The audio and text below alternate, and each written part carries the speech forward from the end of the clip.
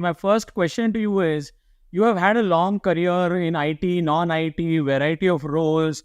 How did you survive for so long? And what kind of roles did you play? Because a lot of time people have this question that beyond 40, is there a future? Okay. So a lot of time people are worried, and that's why, we would love to hear your journey and how did you survive and thrive? So, firstly, I think like everybody else who's in this category, Anand, my story or my career is no different from others.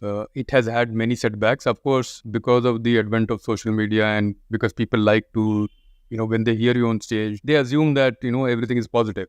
Obviously, everything is not positive. I have also been fired once, and like many other people, I've had multiple setbacks. In fact, if I count, I think probably more things have not worked than they have worked.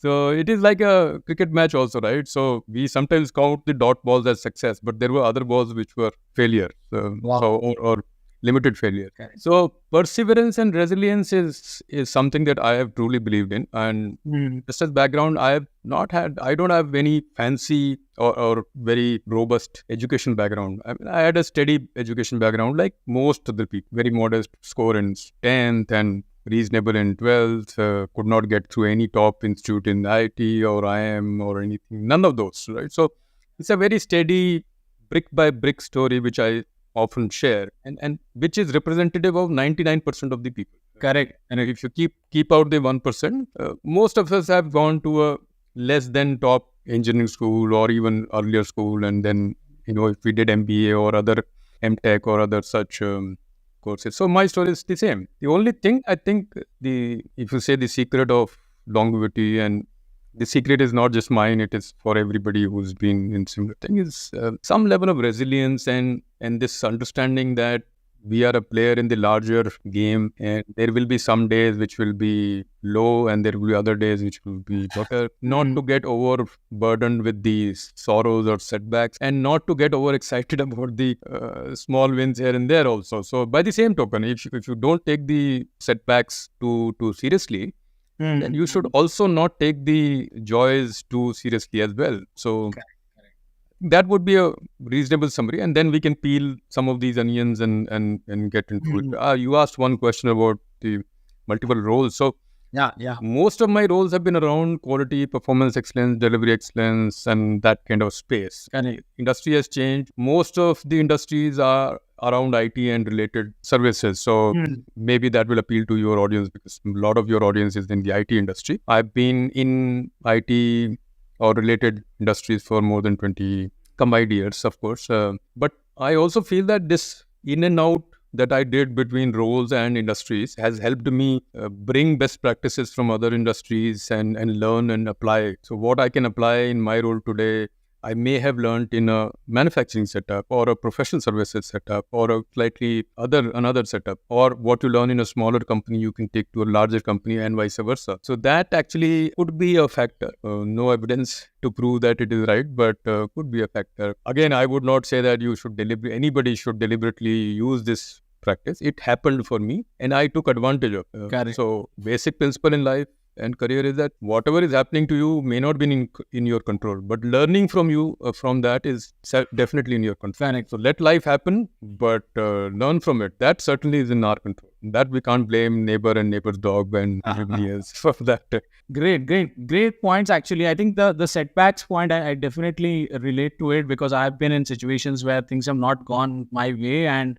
I think like what you said, it happens to everyone. With that, let's quickly also talk about the younger people today. Let's say people who are in their mid-20s, mid-40s. What I hear from them is they are kind of worried that, 10 years down the line, let's say we are in 2023, and if they have to fast forward and look at 2033 or 2035, 10 years down the line, will they be able to survive? If yes, then how? What are the things they need to do today or in the next few years so that they have a flourishing or a sustainable career to look forward? Good question, Anand, and frankly nobody knows the answer. I will share what I know, and with full knowledge and humility that it is not a complete answer. In fact, this is one of those questions that if you find the answer, it will no longer be relevant. So like Heisenberg principle, right? So if you find the speed of the electron, location would have changed and so on. So these kind of questions are explorative questions, in my view, right? So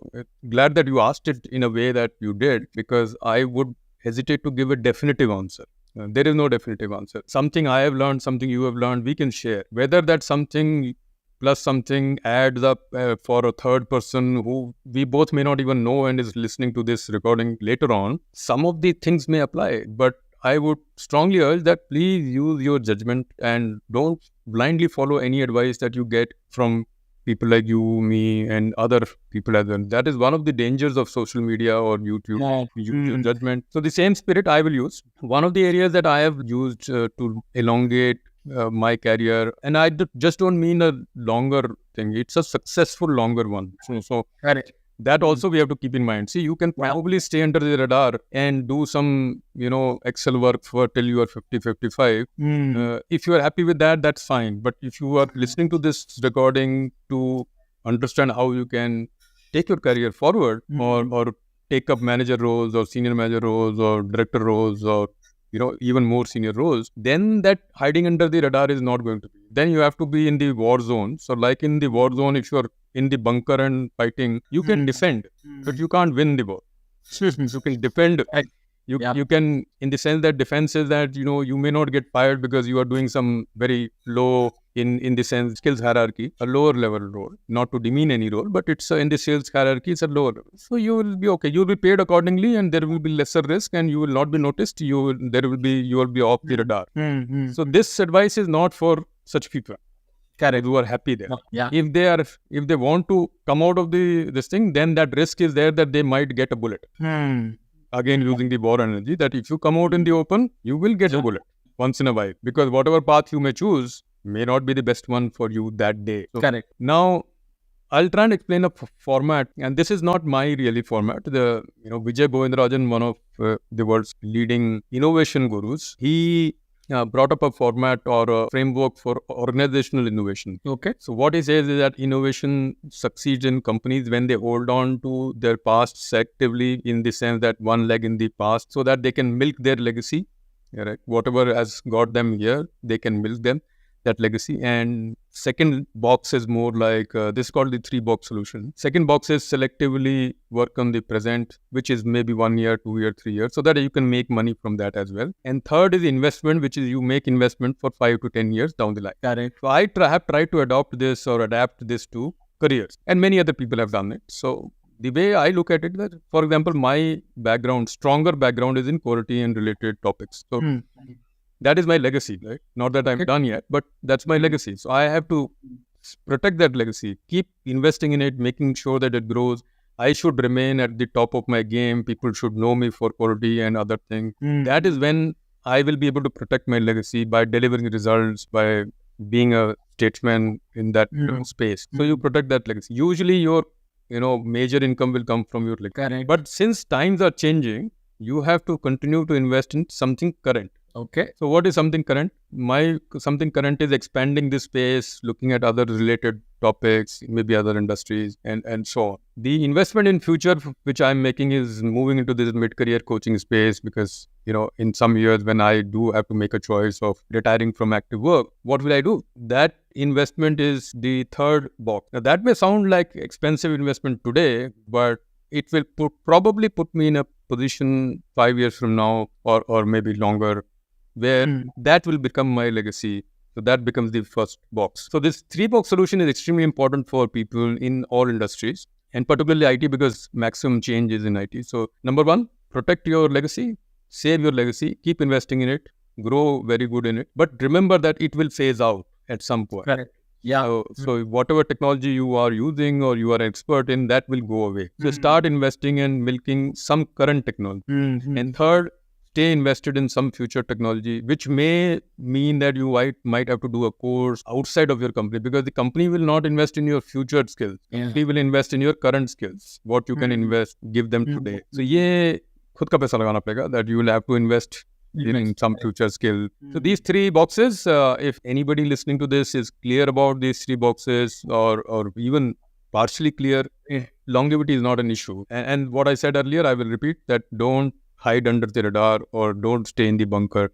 you will have to come out and fight. If you come out and fight, the risk of getting a bullet is always there. Yeah. So, choice is yours. If you don't want that bullet, stay under the bunker and enjoy, and life will be fun.